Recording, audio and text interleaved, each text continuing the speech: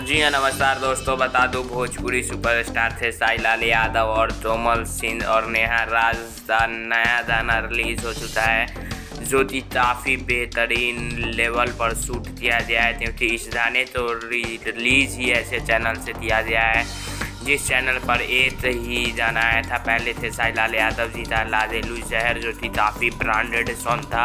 उसी पर आज गाना का नाम है बर्फ। वीडियो में थे साई लाल यादव ये साथ में, तो एक्ट्रेस तोमल सिंह नज़र आ रही हैं थे साई लाल यादव जी साथ में। इस गाने तो नेहा राज जी ने डुएट किया है साथ में, और बता दूँ कि बहुत ही कमाल का सॉन्ग है। और इस गाने तो राइटर हैं पवन पांडे जी, म्यूजिक है आर्या शर्मा जी का, और थे साई लाल यादव। नेहा राज ने गाया है Balaji records Bhojpuri YouTube channel पर ये गाना रिलीज़ हुआ है। तो जाइए देखिए, ढेर सारा प्यार दीजिए। और वीडियो आपको तो काफ़ी शानदार लगेगा देखने में, क्योंकि इस वीडियो में ऐसा लग रहा है कि स्वर्ग में इस गाने की शूटिंग हो रही हो।